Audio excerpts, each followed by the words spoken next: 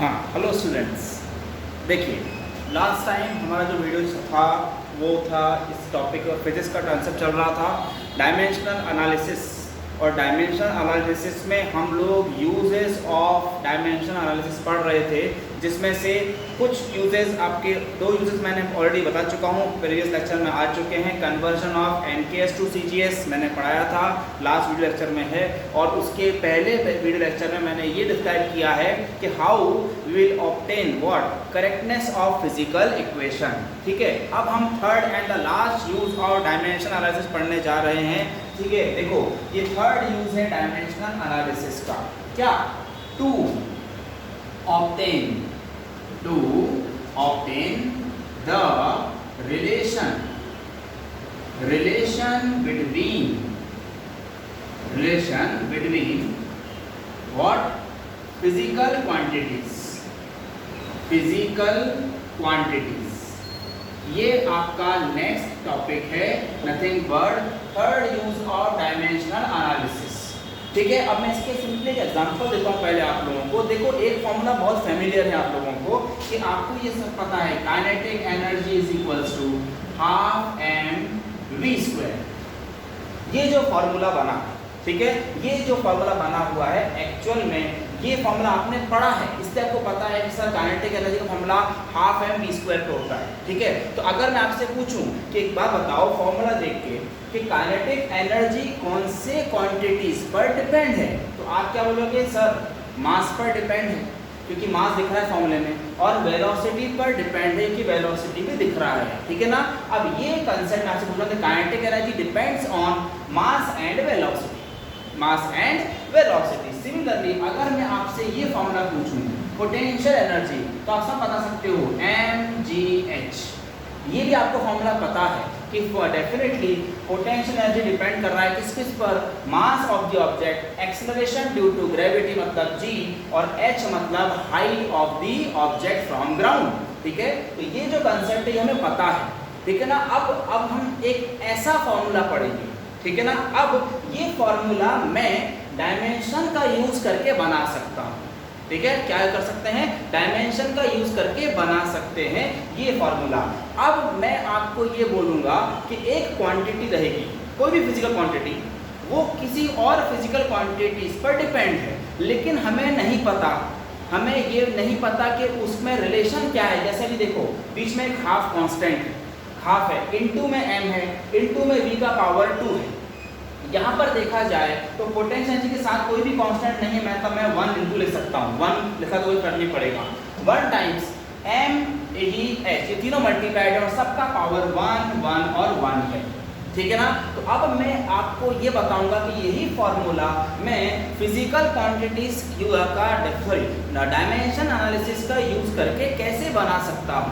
ठीक है, अब देखो, अब मैं आप थोड़ी देर के लिए भूल जाओ कि आपको काइनेटिक एनर्जी का फॉर्मूला याद है। काइनेटिक एनर्जी का फॉर्मूला हाफ mv², आप भूल जाइए। मैं अब ये बोलूँगा, आपको क्वेश्चन में दूंगा कि kinetic energy depends on what mass of the body and velocity of the body. ठीक है, ऑब्टेन द फॉर्मूला, ऐसा क्वेश्चन आएगा।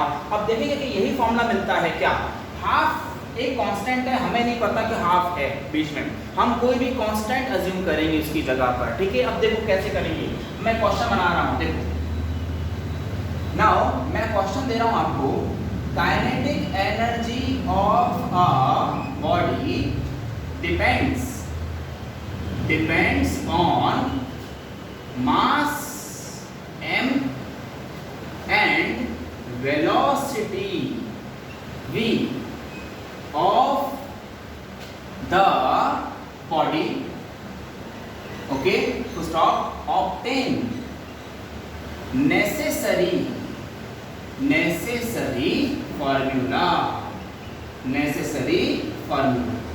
देखिए, अब ये हम कैसे ऑब्टेन करेंगे ये इंपॉर्टेंट है, ध्यान से सुनना। ठीक है, अभी हमें ये बोला गया है कि काइनेटिक एनर्जी डिपेंड है मास एंड वेलोसिटी पर। मुझे नहीं पता कि मास और वेलोसिटी का पावर क्या होना है, क्या उसमें मल्टीप्लाई है, कुछ है, मुझे नहीं पता। तो मैं सिंपली सा लिखता हूँ काइनेटिक एनर्जी जैसा स्टेटमेंट दिया है उसके हिसाब से मैं कोई भी कांस्टेंट अज्यूम कर रहा हूँ कि मुझे नहीं पता बीच में क्या रहेगा, कोई कांस्टेंट रह सकता है, ये मैंने अज्यूम किया। इनटू में मैं बोल रहा हूँ कि मास का पावर x क्योंकि मास पे डिपेंड है, एंड इनटू वेलोसिटी का भी पावर लेता हूँ y। मुझे नहीं पता m और v के बीच पावर में क्या है, मुझे नहीं पता, मैं भूल चुका हूँ काइनेटिक एनर्जी का फॉर्मूला। मैंने अकॉर्डिंग टू गिवन कंडीशन मैंने लिख लिया है कि kinetic energy equals to k times m power x into v power y। ये है हो गया मेरा इक्वेशन 1।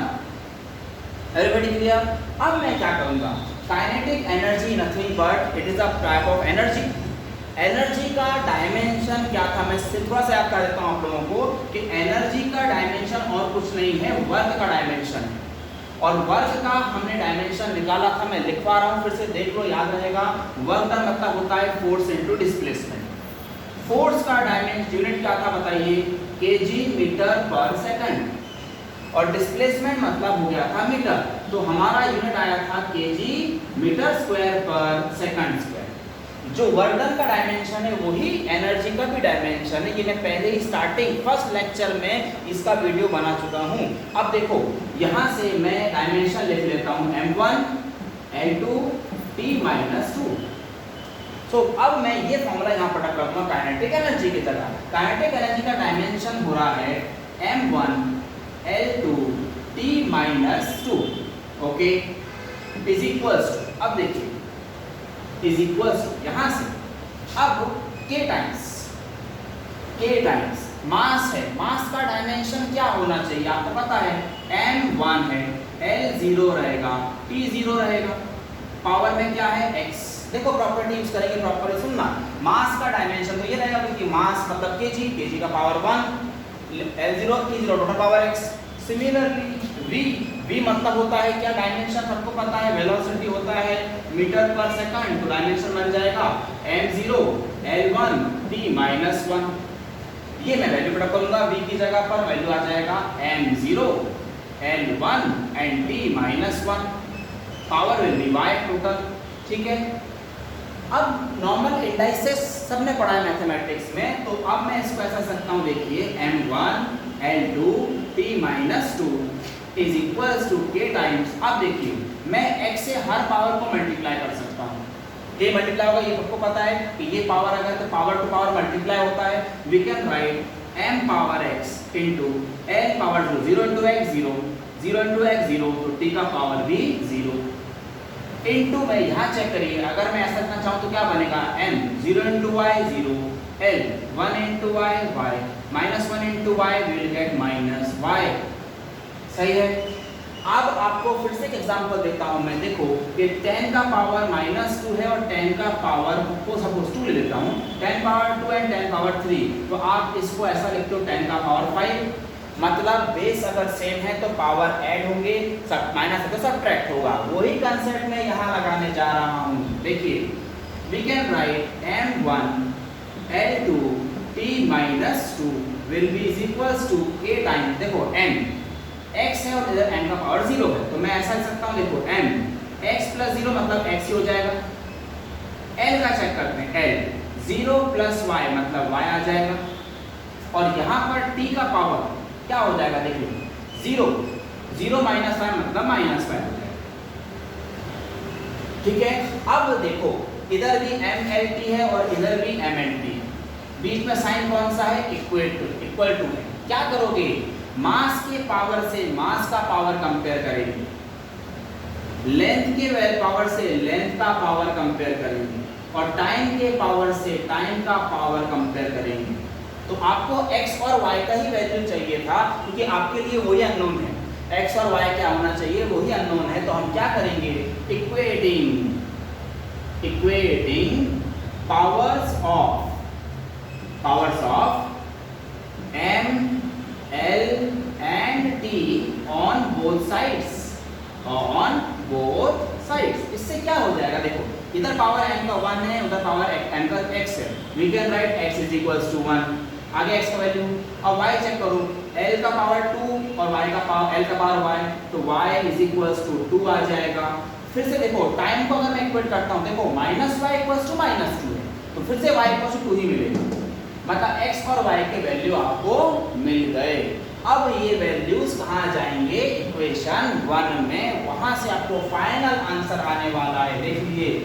अब from 1 we can say kinetic energy equals to k times of what, m का पावर 1 एंड v का पावर, देखो y का वैल्यू कितना आया है 2, तो अब देखिए kinetic energy is equals to k m v square, check करिए m v स्क्वायर ही था उसमें, k का वैल्यू तो हाफ है, वो बात सही थी, लेकिन जो रिलेशन था मास और वेलोसिटी का वो यही था, m into v स्क्वायर ही था। मतलब हमने डायमेंशन एनालिसिस का यूज करके फॉर्मूला ऑब्टेन किया है। Correct everybody? So in this case हमने क्या किया देख लो, काइनेटिक एनर्जी क्वेश्चन में देगा आपको इस तरह कि it depends upon mass and velocity, तो मैंने ऐसा लिखा mass power x velocity power y।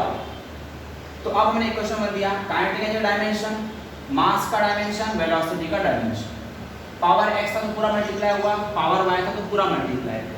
उसके बाद मास से ऐड करके एक पावर बनाया, लेंथ का पावर ऐड करके एक पावर बनाया, टाइम का ऐड करके एक पावर बनाया।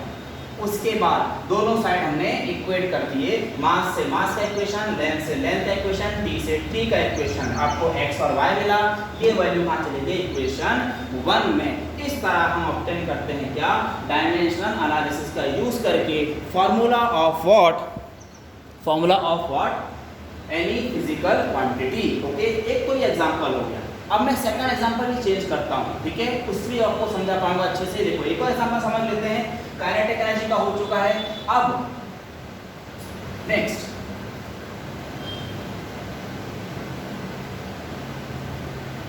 एक ऐसा फॉर्मूला लेते हैं जो आपको नहीं पता, ये आपको 12th में आएगा।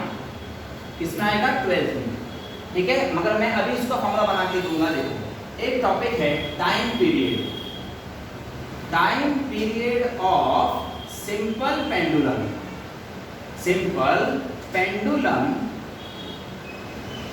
नाम तो सुना होगा इसका, simple pendulum depends on length L and acceleration due to gravity, ठीक है, nothing but G। Obtain the formula, ठीक है, ये क्वेश्चन है, ऑब्टेन द फॉर्मूला। आपको ये फॉर्मूला पता ही नहीं है क्योंकि ये नया फॉर्मूला है, ये 12th में आपको आएगा, लेकिन हम इसका फॉर्मूला अभी ऑब्टेन कर रहे हैं। जब आप 12th का टॉपिक पढ़ोगे तब आपको रिवाइज होगा कि हाँ ये फॉर्मूला इस वे में भी बनता है। हम इसका फॉर्मूला डायमेंशन एनालिसिस से बनाने वाले हैं। देखो कैसे, उसने ये बोला है कि जो टाइम है वो डिपेंड करता है 2 क्वांटिटीज पर, एक तो लेंथ पर और एक ग्रेविटी पे। मैंने L into G लिखा, मुझे नहीं पता कि कोई कांस्टेंट आएगा कि नहीं आएगा, मैं के ले लेता हूँ। 2 क्वांटिटीज हैं, एक का पावर x और एक का पावर मैं y ले लेता हूँ, ठीक है, everybody clear? Time is depend upon length and gravity, x and y हो गया, ये हो गया मेन इक्वेशन। अब मैं आपसे डायमेंशन पूछूंगा, टाइम का डायमेंशन सबको पता है, टाइम का डायमेंशन क्या होगा, m0 L0 t1 is equals to k times length है, लेंथ का डायमेंशन क्या हो जाएगा, सबको पता है m0 L1 t0, लेकिन टोटल पावर कितना है x। Acceleration due to gravity का यूनिट होता है मीटर पर सेकंड स्क्वायर, इसका डायमेंशन बन जाएगा m0 L1 t-2। Value put up कर देते हैं, यहाँ पे g की जगह पे पुट अप करता हूँ m0 L1 t-2 और टोटल पावर कितना है y। आ गया समझ में? सेम कंसेप्ट चल रहा है। तो देखो m0 L0 t1 will be is equals to k times power से मल्टीप्लाई कर लेते हैं, m0 L 1 into x हो जाएगा, t का पावर 0 into x 0 हो जाएगा, इनटू में यहाँ पर भी चेक करो, m 0 into y 0 होगा, L 1 into y y होगा, t -2 into y -2y होगा। सही है। अब हमारी नेक्स्ट स्टेप क्या होनी थी, दोनों को कंबाइन कर दो, एक बना दो, ठीक है, तो आंसर बनेगा m0 L0 t1 will be is equals to k times m 0 plus 0 तो 0 हो जाएगा। अब देखते हैं लेंथ x एंड y, तो x plus y हो जाएगा, और दूसरा चेक करो t 0 -2y तो सिर्फ -2y ही होगा। हो गया। अब इक्वेट कर दो दोनों साइड। तो देखो मास का पावर 0, इधर का पावर 0, तो कोई जरूरत नहीं इक्वेट करने की। सेकंड वैल्यू चेक करो, L का पावर 0 है, x प्लस y का इधर में L है, तो आंसर बनेगा x plus y is equal to 0। देखो लेंथ से लेंथ इक्वेट करा। एंड दूसरा पावर देखो क्या बन रहा है, t माइनस 2y इधर 1 है, तो we can write minus 2y is equal to 1। तो यहाँ से देखो इधर से हमारे पास वैल्यू आ रहा है किसका, y का। y का वैल्यू आ रहा है -1/2। आ गया y तो आ गया। अब ये वैल्यू मैं यहाँ पुट अप कर दूंगा। We can write x in place of y आप लिखोगे -1/2 is equals to 0। तो finally we will get x is equals to 1/2। आ गया x का वैल्यू, x मिल गया, y मिल गया। ठीक है, अब ये दोनों वैल्यू इक्वेशन 1 में चली जाएंगी। So finally we can write equation 1 as from 1 हमें t का फॉर्मूला मिल जाएगा, t is equals to k times l के पावर में x का वैल्यू 1/2 और g के पावर में y है तो इनटू g का पावर में -1/2।